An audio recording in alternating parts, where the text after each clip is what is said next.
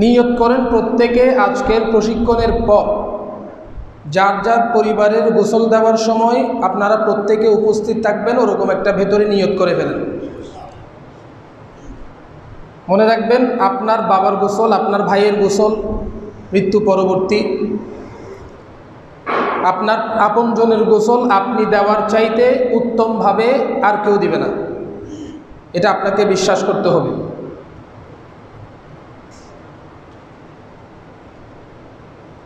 নবী করিম সাল্লাল্লাহু আলাইহি ওয়াসাল্লাম হাদিসে পাকে ইরশাদ করেছেন, আসরিউ বিল জানাজা, তোমরা জানাজাকে দ্রুত করো। মানুষ মারা গেলে জানাজা দ্রুত করো। যদি মানুষটা নেককার হয় তাহলে জান্নাতে সে আগে যাবে, আর যদি বদকার হয় তাহলে তোমাদের কাঁধ থেকে একটা বলা তোমরা নামিয়ে ফেললে, তোমাদের দায়িত্বটা তোমরা শেষ করে ফেললে। তো সেজন্য মানুষ মারা যাওয়ার পরে তার গোসলটা, তার কাফন পরানোটা যত দ্রুত হবে, জানাজা দিতে তত সহজ হবে, শর্টকাট হবে। এজন্য আমি দেখানোর চেষ্টা করব, একটা মানুষ মারা যাওয়ার পর থেকে, শুধু কাফন পরানোর গোসল দেওয়া না, মারা যাওয়ার পর থেকে আমরা কি করব। মারা যাওয়ার আগে তো আপনাদেরকে বলেছিলাম, যখন একটা মানুষ অসুস্থ হয়ে সাকারাতে পড়ে যাবে, তাকে কালমার তার পাশে বসে সূরা ইয়াসিন তেলাওয়াত করতে হবে। এটা হলো যখন বুঝতে পারবেন যে মানুষটা মারা গেছে, ভাই এবার উত্তর দক্ষিণ করে শুয়ে যান, এদিকে, এখানে এখানে উত্তর দক্ষিণ, চোখ খোলা রাখেন, মুখ খোলা রাখেন। এবার দুইটা ছেলে এদিকে আসো, দুইজন,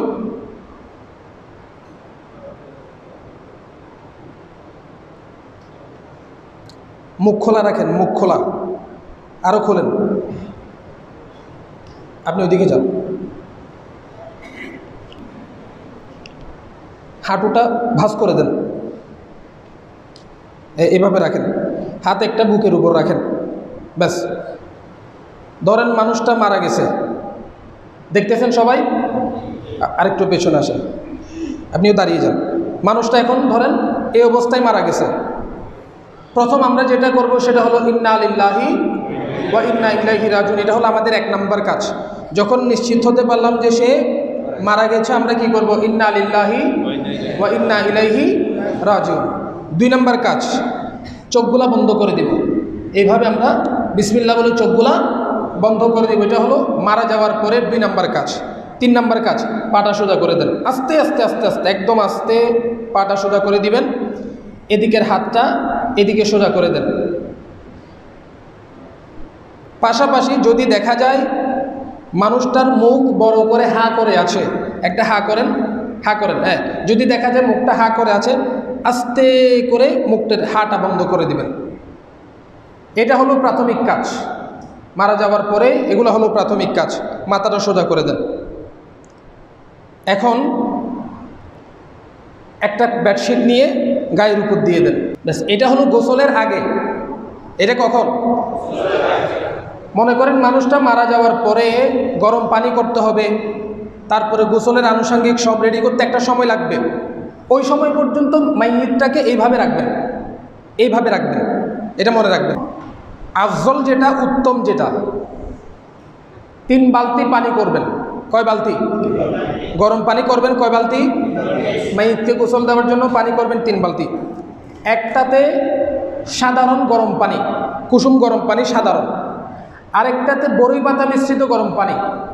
কি পাতা? আরেকটাতে কাফুর মিশ্রিত, কাফুর। গরম পানিতে কাফুর দিবেন, কাফুর মিশ্রিত গরম পানি। এখন অনেকে বরই পাতাকে, লাগবে না, এখন অনেকে বরই পাতাকে পুরো দিয়ে দেয়। বরই পাতা কীভাবে দিবেন? বরই পাতা দিবেন প্রয়োজনে ব্লেন্ডারে ব্লেন্ড করে পিষে বরই পাতা পানিতে দিবেন, ততক্ষণ সিদ্ধ করবেন যখন পানির থেকে একটা বরই পাতার ফেনা বের হবে, তখন সিদ্ধ করা বন্ধ করবেন। কথা বুঝতে পেরেছেন? পানিকে বরই পাতা ব্লেন্ড করে পিষে প্রয়োজনে পানিতে দিবেন। তারপরে পানি না, নির্দিষ্ট নাই, প্রতি 1 লিটার পানির জন্য 2টা করে দিবেন। 7টা দিতে পারেন, 9টা দিতে পারেন, 11টা দিতে পারেন। প্রতি লিটার পানির জন্য কমপক্ষে 2টা করে বরই পাতা দিবেন। এইভাবে করে বড়ি পাতাগুলো গরম করবেন। 2 বালতি পানি দিয়েও দিতে পারবেন, তবে আফজল হচ্ছে 3 বালতি পানি দেওয়া।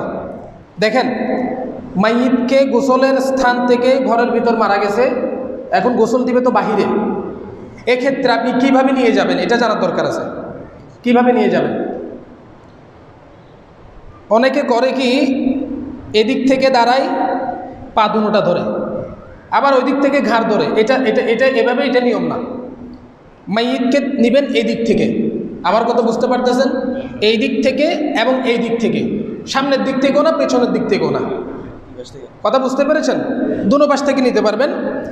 নিচে দিয়ে এইভাবে করে হাত দিবেন, এভাবে করে হাত দিয়ে তারপর মাইয়িতকে নিয়ে গোসলের জায়গার উপর শোয়াবেন। শুধু একটা প্রশিক্ষণ হিসেবে আপনারা নেবেন না, এটা শুধুই একটা প্রশিক্ষণ নয়। আজ অথবা কাল আমাকে আপনাকে এই জায়গায় এভাবে শুইতে হবে। আপনার গোসলও এটার উপর হবে, আমার গোসলও এটার উপর হবে। আমাদেরকে এটার উপর শুইতে হবে, কাফনে আমাদেরকে মোড়ানো হবে। এই জিনিসটাকে নলেজের ভেতর নিয়ে তারপর পুরো জিনিসটা দেখেন। এখন শোয়ানোর পরে টুপিটা খুলে ফেলেন। গোসলের প্রথম কাজ হচ্ছে তার পুরুষের সতর হচ্ছে নাভি থেকে হাঁটু পর্যন্ত, নাভি থেকে হাঁটু পর্যন্ত সতর। তার শরীরে যে কাপড়গুলো থাকবে, লুঙ্গি থাকুক, পাজামা থাকুক, গেঞ্জি থাকুক, শার্ট থাকুক, প্রথমে শরীরের উপরে একটা মোটা কাপড় দিবেন। কি কাপড়? মোটা কাপড়। কি কাপড়? মোটা কাপড় দিবেন। আপনারা পাতলা কাপড় দিয়ে যারা গোসল করেন, গোসল করলে পানি যখন ভিজবে শরীর দেখা যায় না? পাতলা কাপড় হলে শরীর দেখা যায়। এমন কাপড় দিবেন যেটাতে পানি দেওয়ার পরেও তার শরীর দেখা যাবে না। এবার সেটা যতটুকুন মোটা হওয়া লাগবে ততটুকুন মোটা দিবেন, যতটুকুন মোটা হওয়া লাগে ততটুকুন মোটা দিবেন। ওইটা নেন, ওটা ভাঁজ আছে, ব্যাস ওইভাবে দেন। এই দেন, আর একটু তুলেন, সিনা বরাবর দেন, ব্যাস। এইটা উভয় পাশে এমনভাবে রাখবেন, একটু পেছনে আসেন, উভয় পাশে এমনভাবে রাখবেন যাতে গোসল দেওয়ার সময় কাত করলে যাতে এটা উপরে উঠে না যায়, যাতে লজ্জাস্থান দেখা না যায়। কথা বুঝতে পেরেছেন? একটা ছোট দিলে যখন কাত করবেন তখন এক পাশ দেখা যাবে, কাপড় উঠে গেলে এটা বড় রাখবেন, পাশ বড় রাখবেন, তাহলে আর কাত করলে শরীর দেখা যাবে না, পেছনের অংশ দেখা যাবে না, সামনের অংশ দেখা যাবে না। এটা হচ্ছে প্রথমে কাপড় দিবেন। কাপড় দেওয়ার পর, একটা মোটা কাপড় দেওয়ার পরে তার শরীরের যেগুলো পোশাক থাকবে সেগুলো খুলে নিয়ে ফেলবেন। একটা মোটা কাপড় দেওয়ার পরে শরীরের যে পোশাক থাকবে সেগুলা খুলে নিয়ে ফেলবেন। প্রয়োজনে যদি খুলতে না পারেন তাহলে কেটে ফেলবেন, যদি খুলতে না পারেন তাহলে কেচি দিয়ে কেটে নিয়ে ফেলবেন। এটা হলো প্রাথমিক কাজ। এরপরে আসবে গোসল। 2 ধাপে দিবেন। গোসল দিবেন কয় ধাপে? 2 ধাপে। গোসলের প্রাথমিক কাজ, তারপরে মূল গোসল। প্রাথমিক কাজে কি করবেন? মাইয়িতটাকে আলগা করে তোলেন। এবার আলগা করে তোলেন, পেছন থেকে তোলেন। এবার ব্যাস ব্যাস, আরেকটু নিচে, অর্ধ বসার মতো, পুরোপুরি বসানো, অর্ধ বসার মতো করে পেটটা এইভাবে করে হালকা করে মালিশ করে দিবেন 3 বার। কয়বার? 3 বার পেটটা মালিশ করে দিবেন। শোয়া দেন। এবার পেটটা মালিশ করে দেওয়ার পরে গ্লাভস, তামিম গ্লাভস আনছি,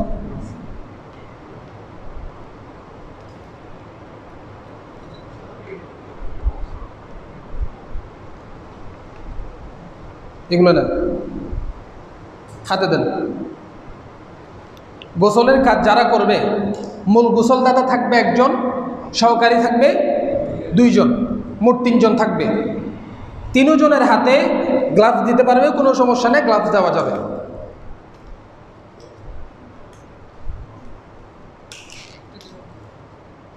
সমস্যা নেই।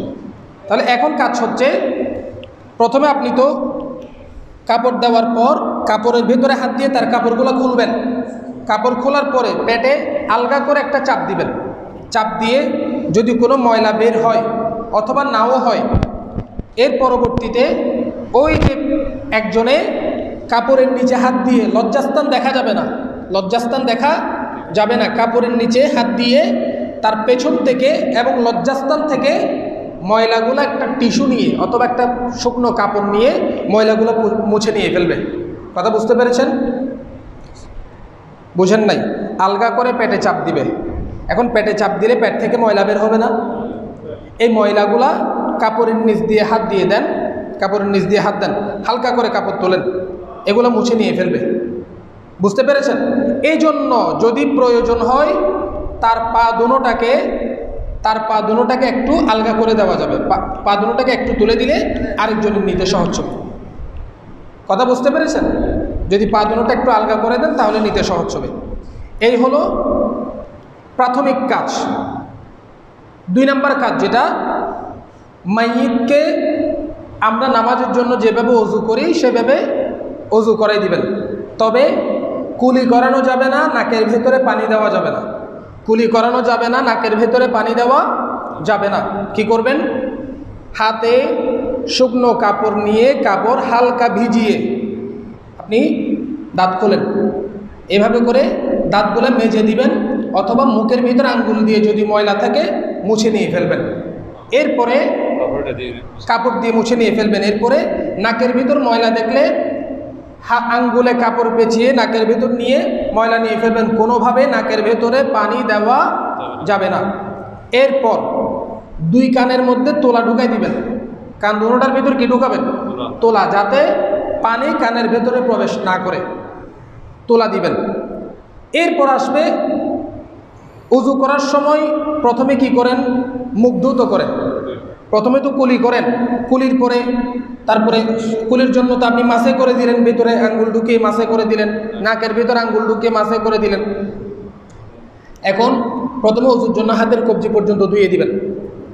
কবজি পর্যন্ত ধোয়ার পরে মুখ ধুয়ে দিবেন 3 বার করে। মুখ ধুয়ে দিবেন, মুখ ধোয়ার পরে হাতের কনুই পর্যন্ত ধুয়ে দিবেন। হাতের কতটুকু? কনুই পর্যন্ত ধুয়ে দিবেন, বাইর করে। এগুলো এইভাবে করে পানি দিয়ে হাতের কনুই পর্যন্ত ধুয়ে দিবেন। এরপর মাথা মাসে করে দিবেন, মাথাটা মাসে করে দেন। মাথাটা দুনো হাতে আলগাস্তে করে কানসহ মাসে করে দিবেন, কানসহ মাসে করে দিবেন। এরপর টাকনু সহ পা ধুয়ে দিবেন। টাকনু সহ কি ধুয়ে দিবেন? পা ধুয়ে দিবেন। তাহলে অজুর কাজ শেষ। এখন আসবে গোসলের কাজ। এখন কিসের কাজ? গোসলের আগে কি করবেন? অজু করাবেন। গোসলের আগে কি করবেন?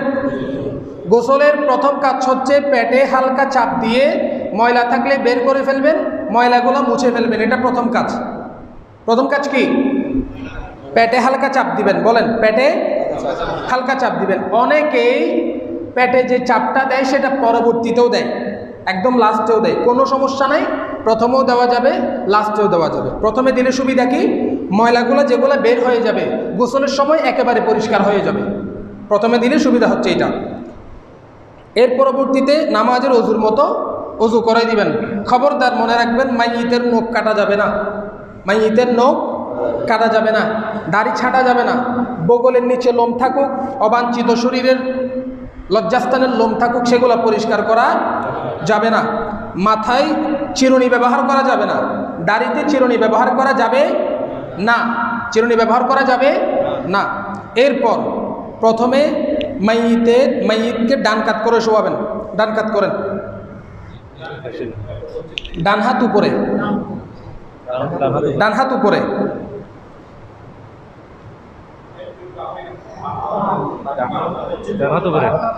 ডান হাত উপরে, ডান হাত উপরে, ডান হাত উপরে। সহজে বোঝার জন্য মনে রাখবেন, ডান হাত প্রথমে কি?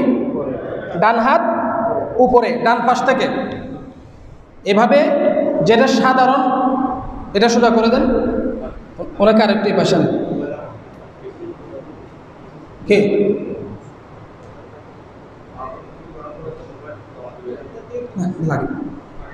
প্রথমে ডান হাতে কি দিবেন? এইভাবে এদিক থেকে পানি দিবেন, মগটা দেন। কোনটা দিয়ে দিবেন? প্রথমে যেটা সাধারণ গরম পানি, যেটা সাধারণ গরম পানি, সেটা থেকে পানি নিয়ে এদিক থেকে দিবেন, এদিক থেকে দিবেন, দিয়ে যাবেন। এটা 3 বার দেওয়ার পরে বাম কাত করবেন, বাম কাত করেন, এই দেখেন, এখন কাপড় বড় হওয়াতে সুবিধা হয়েছে কি, ওনার লজ্জাস্থান দেখা যাচ্ছে আর শরীর দেখা যাচ্ছে, সেজন্য বড় কাপড় নেবেন। ছোট কাপড় হইলে এটা আলগা হয়ে যাবে, ভেতরে তো লুঙ্গি থাকবে না, ভিতরে তো পাজামা থাকবে না, নিয়ে ফেলবেন।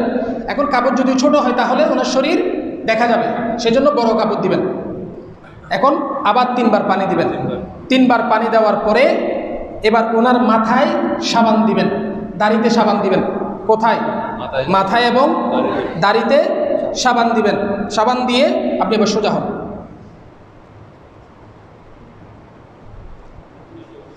মাথা এবং দাড়িতে সাবান দিয়ে ধুয়ে দিবেন, সাবানের পানি দিয়ে, বরই পাতা মিশ্রিত পানি দিয়ে 3 বার করে ধুয়ে দিবেন। আবার অনুরূপভাবে ডান কাত করে বরই পাতা মিশ্রিত পানি দিয়ে 3 বার করে ধুয়ে দিবেন। রাসূল করিম সাল্লাল্লাহু আলাইহি ওয়াসাল্লাম মাইয়িতকে 1 বার, 3 বার, 5 বার, 7 বার, প্রয়োজনে আরও বেশিবার গোসল দিতে বলেছেন পরিষ্কার হওয়ার জন্য। 3 বার, 5 বার, 7 বার পর্যন্ত মাইয়িতকে গোসল দিতে বলেছেন, মনে রাখবেন। এরপর দ্বিতীয়বারে করবেন কি, প্রথমবার সাধারণ সাদা পানি, দ্বিতীয়বারে বরই পাতার পানি, দ্বিতীয়বারে বরই পাতার পানি। প্রথমে ডান হাত উপরে, কোন হাত? ডান হাত উপরে কাত করেন।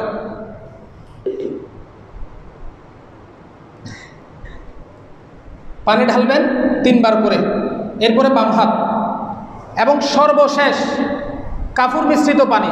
সর্বশেষ কি? কাফুর মিশ্রিত পানি দিয়ে সোজা সমান সমানভাবে 3 বার কি করবেন? 3 বার পানি দিয়ে ওনাকে ধুয়ে দিবেন। এটা হলো গোসলের মূল কার্যক্রম এখন শেষ। তারপরে শুকনো একটা কাপড় নিয়ে, একটা শুকনো কাপড় নিয়ে আস্তে আস্তে তার মাথা, দাড়ি, শরীরের অন্যাঙ্গ অঙ্গ প্রত্যঙ্গ মুছে ফেলবেন আলগাস্তে। ওনার যাতে কষ্ট না হয়, মাইয়িতের যাতে কষ্ট না হয়, তাড়াহুড়ো করবেন না, বেশি জোরে চাপ দিবেন না। মাথা, দাড়ি, হাত, পা আস্তে আস্তে আস্তে আস্তে এগুলা মুছে ফেলবেন। এরপর যে কাপড়টা উপরে আছে সেটা তো ভেজা, সেটা তো এখন ভিজে গেছে। এখন এই কাপড়টা আলগাস্তে করে ভেতরে একটা লুঙ্গি পরাই দিবেন, অথবা আরেকটা বেডশিট দিয়ে ওনাকে মুড়িয়ে নিয়ে আসবেন। কথাটা বুঝতে পেরেছেন? আর কারো কিছু কোনো প্রশ্ন আছে? আপনারা বুঝতে পেরেছেন গোসল কিভাবে দিবে? কিসের? পায়ের বৃদ্ধাঙ্গুল রশি দিয়ে বেঁধে দিতে পারবেন। গোসল মুস্তাদরাকে হাকিম, সুনান কুবরা, বাইহাকি শরীফের নবী করিম সাল্লাল্লাহু আলাইহি ওয়াসাল্লাম ইরশাদ করছেন, মান গাসসালা মাইয়িতান ফাকাতামা আলাইহি গফারাল্লাহু লাহু 40 মাররাতান। কেউ যদি কোনো মাইয়িতকে গোসল দেয় এবং তার কোনো দুষ্ত্রুটি পাইলে সেগুলো যদি গোপন করে, আল্লাহ তাকে প্রয়োজনে 40 বার ক্ষমা করবেন। কথাটা বুঝতে পেরেছেন? নবী করিম সাল্লাল্লাহু আলাইহি ওয়াসাল্লাম বলছেন, কোনো মাইয়িতকে কেউ যদি গোসল দেয়, গোসল দেওয়ার কেমন ফজিলত, গোসল দিলে ওই মাইয়িতের কোনো দোষ দেখলে, ত্রুটি দেখলে ওগুলা যদি গোপন রাখে, আল্লাহ সে যদি 40 বার তওবা করে, আল্লাহ তাকে 40 বার মাফ করবেন। গোসল দেওয়া ফজিলতের কাজ। এখন গোসল দিলে তো মানুষ মারা গেলে তো গোসল করানোর মতো লোকই পাওয়া যায় না, দুষ্কর হয়ে যায়। ইমাম সাহেব না দিলে মারা গেছে, এখন গোসল দিবে 6 ঘন্টা পরে। সেজন্য সবাই গোসলের জিনিসগুলো মনে রাখবেন, যাতে প্রত্যেকে যার পরিবারের গোসল সে দিতে পারেন। কাফনের কাপড়গুলো নিয়ে নেবেন। আঙ্গুল বাঁধবে তো, চোয়াল বেঁধে দিবে। এখন ঠিক আছে, উনি গুরুত্বপূর্ণ কথা বলেছেন। যদি মুখ হা করে, তাকে আমি প্রথমে দেখাইছিলাম, মুখ হা করে দেখাইছিলাম না প্রথমে, এভাবে করে লাগাই দিবে। যদি এইভাবে করে লাগাইলেও না লাগে, হাতে যদি লাগাইলেও না লাগে, গামছা দিয়ে আলগাস্তে কিছুক্ষণ বেঁধে রাখলে ওটা লেগে যাবে। বুঝতে পেরেছেন? চোয়াল চোয়াল। কাফনের কাপড় কাটবেন কিভাবে? কাফনের কাপড়ের ক্ষেত্রে নবী করিম সাল্লাল্লাহু আলাইহি ওয়াসাল্লাম বলেছেন উত্তম কাপড়ে কাফন দিতে। কি কাপড়ে? উত্তম কাপড়। কেচিটা নেন।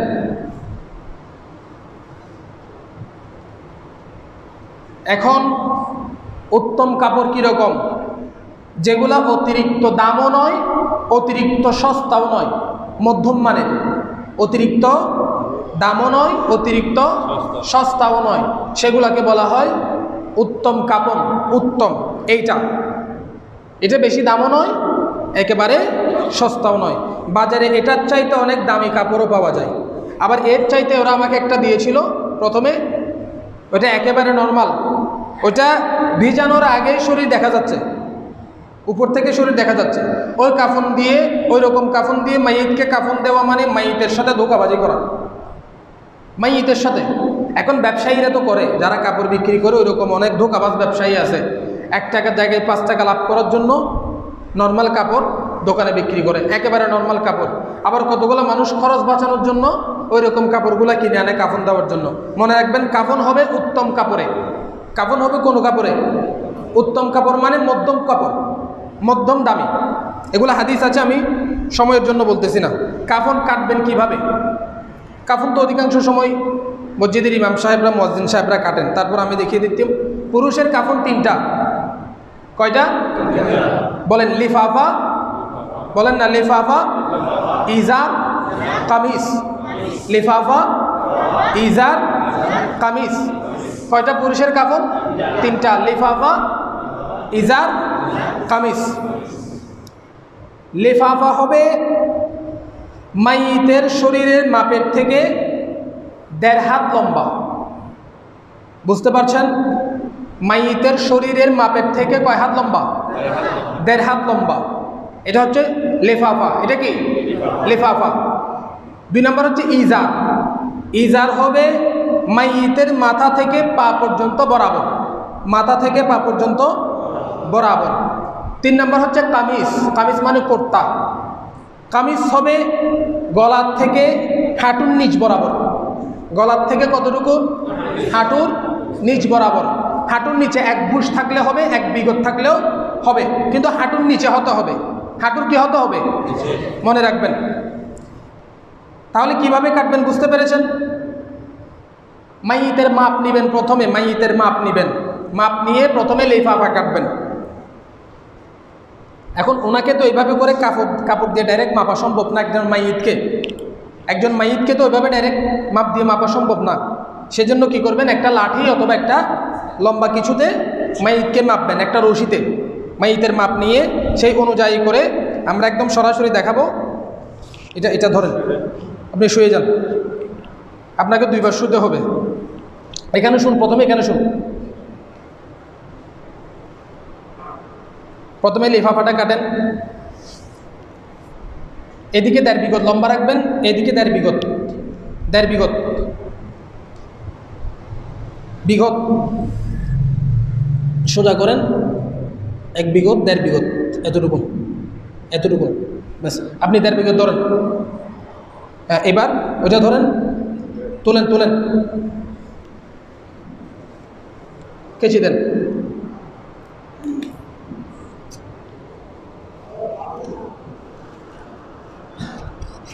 ধরেন।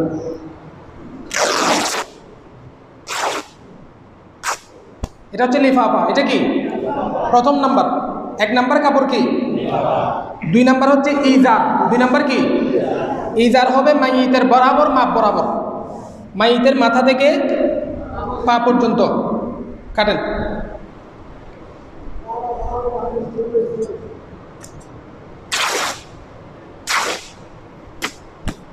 এরপর নিবেন কামিজ। এরপর কি নিবেন? কামিজ। কামিজ হচ্ছে গলা থেকে নিসফ সাক, যেটাকে বলা হয়, হাঁটুর 1 বুশ নিচে গলা। এটার ডাবল নিবেন। এটার কি? ডাবল নিবেন। এটাকে ডাবল করেন, কেচি দেন। আচ্ছা, এটা আমরা কাটলাম না, এখন কাটার প্রয়োজন নাই।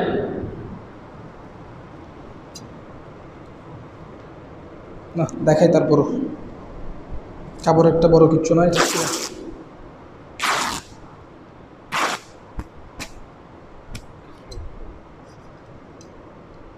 3টা গেল।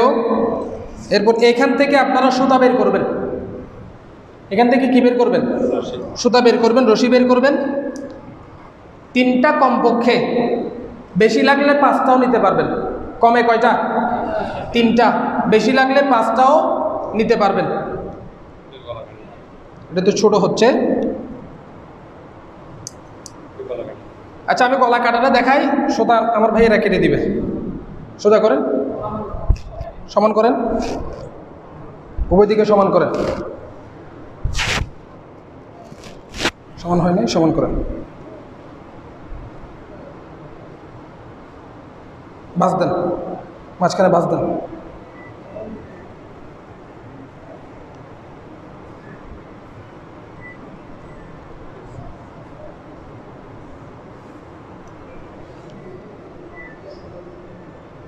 আপনারা দেখতেছেন?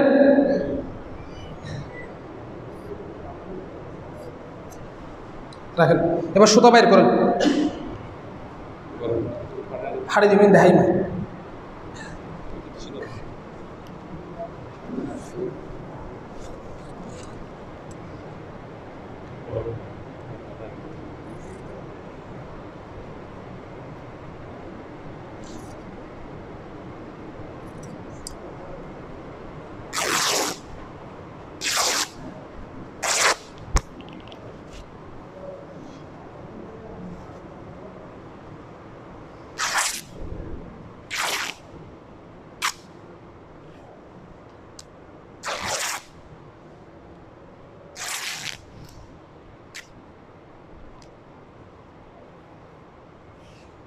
প্রথমে সুতাগুলা বিছাই দিবেন, 3 দিকে 3টা সুতা বিছাই দেন।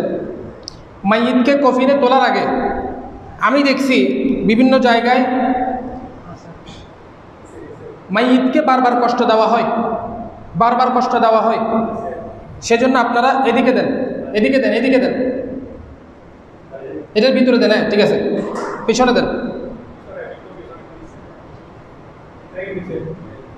ব্যাস, পায়ের নিচে। এখন প্রথমে কোনটা বিছাবেন? কাপড়। প্রথমে কোন কাপড় বিছাবেন? লিফাফা, লিফাফা, লিফাফা নেন, বিছাই দেন, সমান করে বিছাই দেন। দোনো দিক থেকে 1 বিঘত করে বাড়তে রাখবেন, 1.5 বিঘত করে বাড়তে রাখবেন। কাপড় বিছান, উপরে তুলে দেন, উপরে তুলে দেন, উপরে।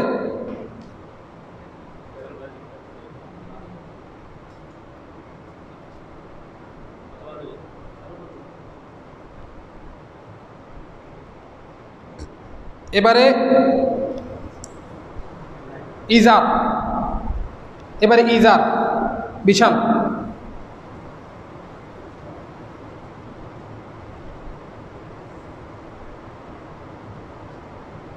আপনারটা আরেকটু ওইদিকে নিয়ে যান। ব্যাস, এবারে কামিজ। জি না, এই জায়গায় মাইয়িতকে কষ্ট দেওয়া হয়। এই জায়গায় কীরকম করা হয়? কামিজটা ওনাকে এখানে পরায়, আবার টেনে খাটের উপর তোলা হয়, ওখানে গোসলের জায়গায় তোলা হয়। এটা করবেন না, একসাথে সবগুলো হয়ে যাবে। কামিজ এখানে রাখেন না, ডাবল করে না, কামিজ দিবে এইভাবে।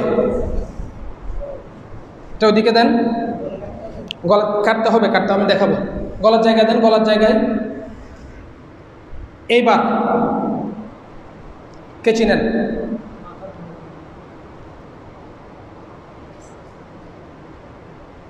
কাটেন, পূর্ব দিক দিয়ে কাটেন, ওই দিক দিয়ে কাটেন, ওই দিক দিয়ে, এদিকে, এদিকে, এইদিকে, এইদিকে কাটেন।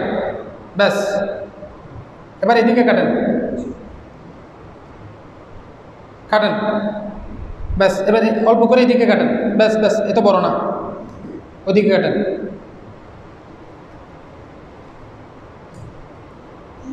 এবার ওনাকে শোয়ান, নিজে শুয়ে যান, সমস্যা নাই। মাথাটা এই জায়গায় দিবেন, শুয়ে যান।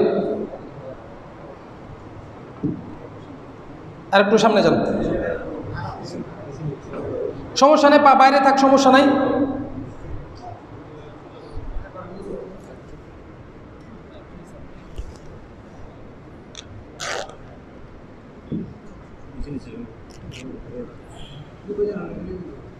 ব্যাস,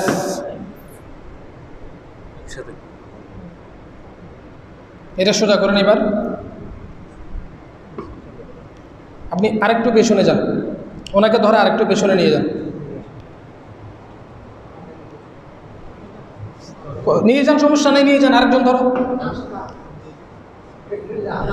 আপনার মাইয়িতকে সরাতে হবে না, মাইয়িতকে তো সরাতে হবে।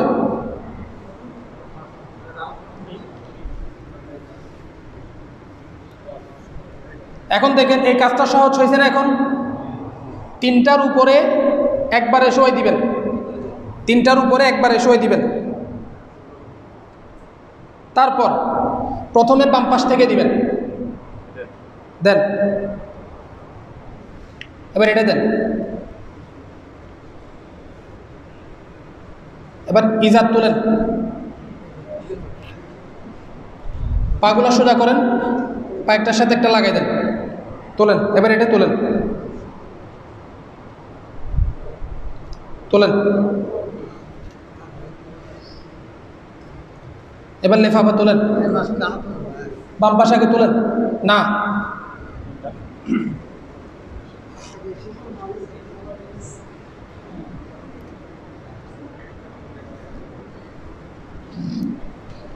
এবার কাপড় ধরে টান দিবেন, হালকা করে একটা টান দিবেন, টান দাও, ব্যাস। এবার এদিকে বাঁধেন, পেঁচিয়ে বাঁধেন।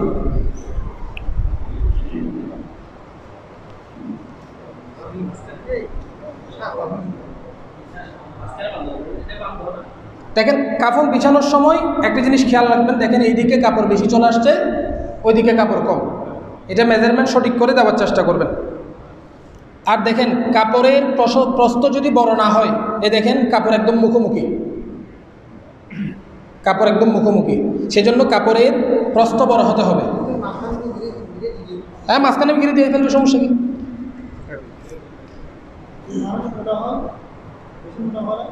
মোটা হলে কাফন বড় লাগবে, আমি সেটাও দেখাচ্ছি। এবার আপনি গিটগুলো দেখান, পেঁচিয়ে দেখান।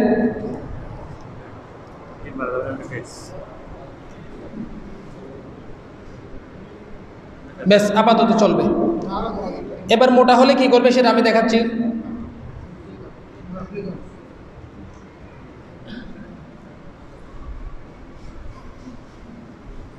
ভাই আপনি চলে আসেন এবার।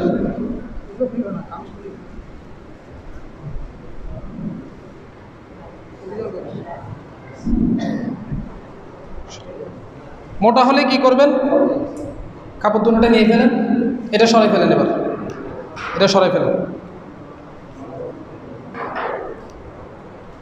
লিফাফা দেন।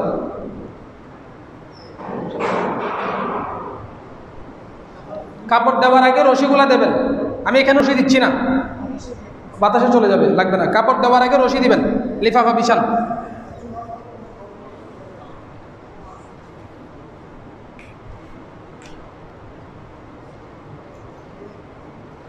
যদি মানুষ মোটা হয়, কাপড় যদি চিকন হয়, কাপড়ে যদি দুনো পাশ না আসে, এদিকে দেন, এভাবে চড়াচড়ি করে দিবেন।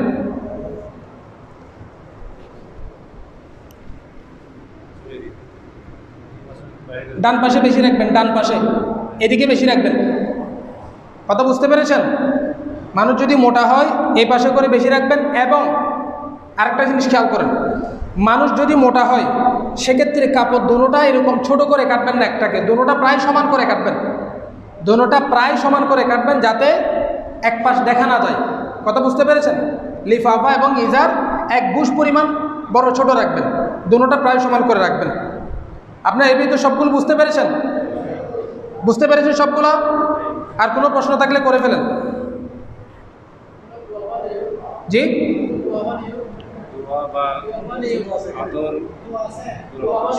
কাফন পরানোর সময়, কাফন পরানোর সময় ওইরকম কোনো দোয়া নাই। আপনারা যেটা পারেন সেটা পড়বেন।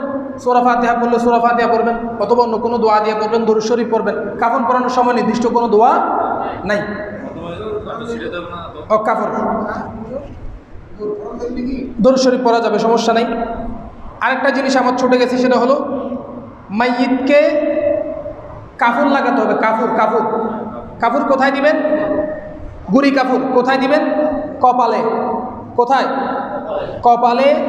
এবং নামাজের সময় সিজদায় যে জায়গাগুলো ব্যবহার হয়, হাতের তালু, হাতের তালু, বুঝতেছেন? হাঁটু, হাতের তালু, হাঁটু এবং ডান পায়ের গোড়ালি, এই জায়গাগুলোতে কাফুর লাগাবেন, গুড়ি কাফুর। তারপরে তার চুলে, দাড়িতে আতর লাগাবেন। চুল এবং দাড়িতে কি লাগাবেন? আতর লাগাবেন। কাফনেও আতর ছিটিয়ে দিতে পারবেন, কোনো সমস্যা নাই। আতর কাফনেও কি করতে পারবেন? সুরমা ব্যবহার করলে করবেন, কিন্তু সুরমা ব্যবহার করা ওয়াজিব ফরজ ওই ধরনের কিছু না, সমস্যা নেই। ওগুলো ফরজও না, ওয়াজিবও না, দিলেও দিতে পারবেন।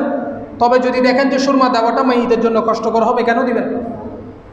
যদি দেখেন যে সুরমা যে দিবে সে সুরমা দিতেই জানে না। অবশ্যই গোসলের ক্ষেত্রে, কাফনের ক্ষেত্রে হ্যাঁ, কপাল অবশ্যই কাপড় দিবে, সিজদার জায়গা কপালে কাপড় দিবে, 2 হাঁটুতে দিবে, হাতের 2 তালুতে দিবে। 7টা অঙ্গ যেগুলো সিজদায় ব্যবহার হয় সেগুলাতে কি দিবে? গুড়ি কাপড় ডান পায়ে। সংস্কার শুনছি হচ্ছে এই গোসলের সময় বড় করে বলো। পা ক্রস করে, বা একটা পার একটা ক্রস করে সারা দুনিয়া হাঁটছে, সেই জন্য নাকি ক্রস করে। এটা না না না, ওইরকম কোনো কথা নেই যে একটার উপর একটা চড়াই দিতে হবে এরকম করে, ওইরকম কোনো কথা নেই। পা সোজা রাখবে, পা সোজা রাখবে। কোনো দোয়া নাই, সূরা ফাতিহা, সূরা ইখলাস, দরুদ শরীফ যেগুলো পারে সেগুলো তেলাওয়াত করবে, এগুলো হচ্ছে কথা। তারপরে গোসল গেছে, কাফন পরানো গেছে, এরপর যত দ্রুত পারা যায় ব্যবস্থা করতে হবে মাইয়িতের জানাজাটা আদায় করে যেন তাড়াতাড়ি দাফন করানো যায়, তাড়াতাড়ি যেন দাফন দেওয়ানো যায়। দাফনের ক্ষেত্রে কিছু বিষয় আছে। ময়িত বের হওয়ার সময় ময়িত বের হওয়ার একটা নিয়ম আছে।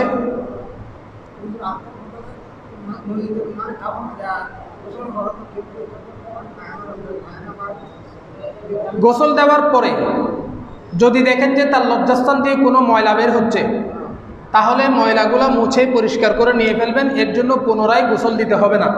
যদি দেখতেছেন যে না একবার মুছলেন, 2বার মুছলেন, তারপরও অনবরত বের হচ্ছে, তাহলে শুকনো একটা নরম কাপড় নিয়ে ছিদ্রগুলা বন্ধ করে দিবেন।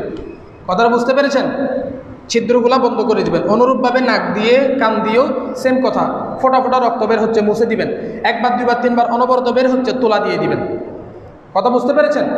এ হলো নিয়ম। তারপরে মাইয়িতকে কবরে রাখার সময় আমাদের অনেকেই কবরে 3 টুকরা মাটি দিতে হয়, এটা হাদিসে পাকের মধ্যে এটা আছে। তবে এই মাটিটা যে প্রথম কূপের মাটি হতে হবে এরকম কোনো কথা নাই। যে কোনো মাটি নিয়ে মাথার দিক থেকে দিতে হবে। প্রথমবার দেওয়ার সময় মিনহা খলাকনাকুম, তারপরে দেওয়ার সময় ওয়াফিহা নুঈদুকুম, এরপর দেওয়ার সময় ওয়ামিনহা নুখরিজুকুম তারাতান উখরা, এভাবে। তারপরে মাইয়িতকে কবরে রাখার সময় হাদিসে 3টা দোয়া ব্যবহার হয়েছে, 3টা দোয়ার কথা এসছে। বিসমিল্লাহি ওয়া আলা মিল্লাতি রাসূলিল্লাহ, বিসমিল্লাহি ওয়া আলা সুন্নতি রাসূলিল্লাহ, বিসমিল্লাহি ফি সাবিলিল্লাহ ওয়া আলা সুন্নতি রাসূলিল্লাহ। 3টা দোয়া আসছে, যে কোনো একটা বললে হবে।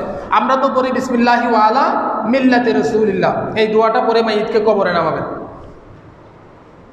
এটা যেহেতু অনলাইনে যাবে, মহিলাদের না, মহিলারটা এত কম সময় হবে না, মহিলাদের কাপড় 5টা। মাইয়িতকে বের করবেন কিভাবে? চেষ্টা করবেন খাটিয়াটা মাইয়িতের যত নিকটে নেওয়া যায় তত ভালো। দ্বিতীয় কথা হচ্ছে কাফনটা যদি একেবারে খাটিয়ার উপর করা যায় সেটা আরও ভালো। কথা বুঝতে পেরেছেন? কাফন যদি একদম খাটিয়ার উপরে পরানো যায় সেটা আফজল। কোথায়? খাটিয়ার উপর। তাইলে মাইয়িতকে বারবার নাড়াচাড়া করা লাগবে না যদি খাটিয়ার উপর তোলা যায়।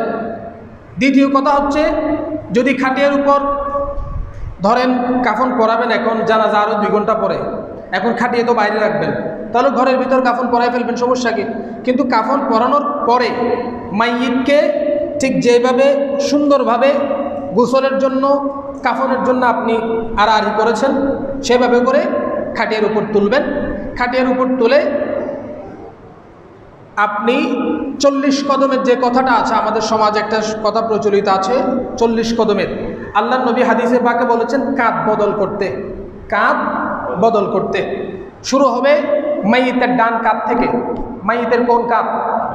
ডান কাঁধ যিনি নেবেন। কাফন অবশ্যই যারা কাঁধে নেবে সুস্থ সবল বলিষ্ঠ শক্তি সম্পন্ন মানুষকেই কাফন কাঁধে নেওয়া লাগবে।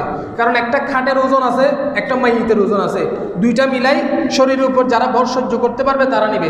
প্রথমে মাইয়িতের ডান কাঁধ, ডান কাঁধের উনি সামনে দিয়ে পায়ের দিকে যাবে, ডান কাঁধ থেকে পায়ের দিকে যাবে, তারপর বামে ওই দিকে যাবে, এরপর আবার এসে বাম কাঁধে আসবে, এইভাবে করে ঘুরবে। কথাটা বুঝতে পেরেছেন? এই জন্য এটা 10 কদম পর একটা আদবের জন্য বলা হয়েছে, তবে হাদিসে পাকে 10 কদমের স্পষ্ট উল্লেখ আসে নাই, কাঁধ বদলের কথা বলা হয়েছে। এতে খাটিয়া লাগবে,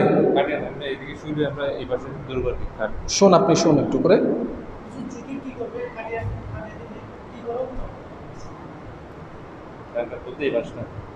এই পাশ এটা হচ্ছে ডান কাত, প্রথমে ডান কাত, এদিক থেকে যিনি নেবেন উনি পরিবর্তন করে এই পাশে আসবেন, অর্থাৎ ওই পাশের জন এদিকে চলে আসবে, এই পাশের জন এদিকে চলে আসবে, ঘুরে ঠিক ডান পাশের মানুষটা আবার বাম পাশে চলে যাবে।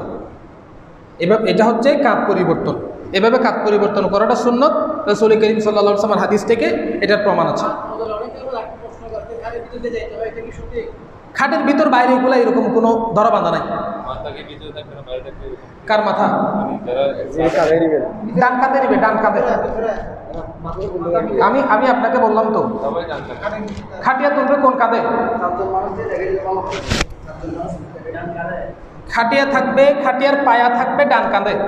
এখন আপনার ডান কাঁধে যদি পায়া থাকে তাহলে মাথা কোথায় থাকবে? মাথা অটোমেটিক ভিতরে থাকবে, এটা তো টানি বাইরে করতে পারবেন না আপনি, ওই রকম কোনো কথা নাই। এগুলো মুখতালাফ বিষয়, এগুলো নিয়ে অনেক আছে, এগুলো অনেক দিন বলবো। এগুলো তো নির্দিষ্ট কোনো ধরা বাঁধা, এগুলা যেটা বের করতে সুবিধা হয়, বড় দরজা আছে একসাথে পুরো শরীর বের হচ্ছে, পুরো শরীর বের করে ফেলবে, এতে মাথা বাইর করলে কবিরা গুনাহ হবে, পা বাইর করলে ওরকম মাথাও বের করতে পারবেন, পাও বের করতে পারবেন। এটার কোনো ধরা বাঁধা নির্ধারিত ফরজ ওয়াজিবের কোনো কি নাই, নিয়ম নাই। এটা নির্ভর করবে আপনি ঘরে শুয়াইছেন যে, ওইটার একটা সিস্টেম আছে, ঘরে কিভাবে উত্তর দক্ষিণ করে শুয়েছেন, রুম ছোট, এখন ঘুরাইতে গেলে সমস্যা, তাহলে পা যদি আগে থাকে পা বাইর করে ফেলবেন, আপনার মাথা আগে বাইর করতে সুবিধা হলে মাথা আগে বাইর করে ফেলবেন, ওগুলো তো কিনা সুবিধা অনুযায়ী যেটা করে সেটা করবেন।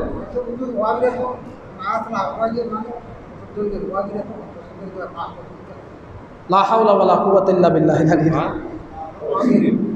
পশ্চিম দিকে পা দিয়ে কোনোদিনও গোসল করানো যাবে না, গোসল করাতে হবে উত্তর দক্ষিণ করে। পশ্চিম দিকে পা দেওয়া জীবিতের জন্য যেমন হারাম, মাইয়িতের জন্য হারাম। পশ্চিম আমাদের কেবলা, কেবলার দিকে পা দেওয়া যাবে না, কেবলার দিকে থুতুও ফেলা যাবে না, না কেবলার দিকে থুতুও ফেলা যাবে না।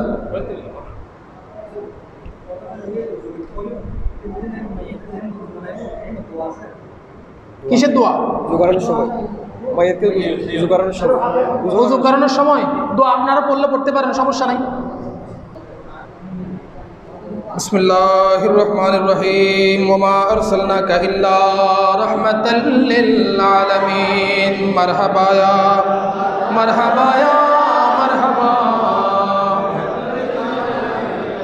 ইয়া নবী সালাম আলাইকা ইয়া রাসূল সালাম আলাইকা ইয়া হাবিব সালাম আলাইকা সালাওয়াতুল্লাহ হাবিবি সাইয়্যিদি ইয়া রাসূলুল্লাহ ওয়া ইয়া হাবিবাল্লাহ। আকা মোরা যে অধম গুনাহগার, কে আছে মোদের বাঁচাবার, হয়েছি উম্মত আপনার, তার তরে শুকর হাজার বার। ইয়া নবী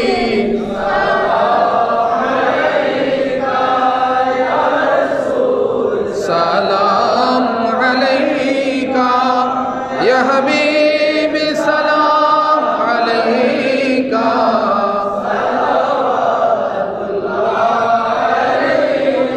কবরে হাসরে মিজানে পড়িব উম্মত বিপদে, ডাকিব রাসূল আপনার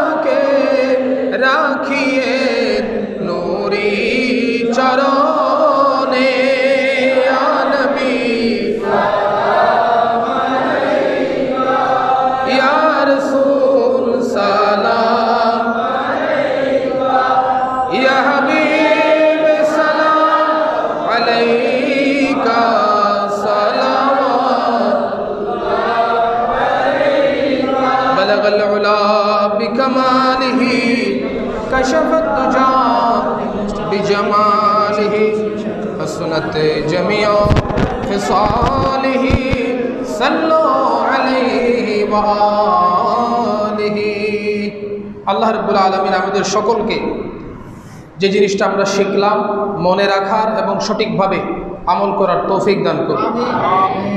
একটা শরীয়তের মাসআলা শিখা, 70 রাকাত মকবুল নফল নামাজের চাইতে উত্তম। কত রাকাত?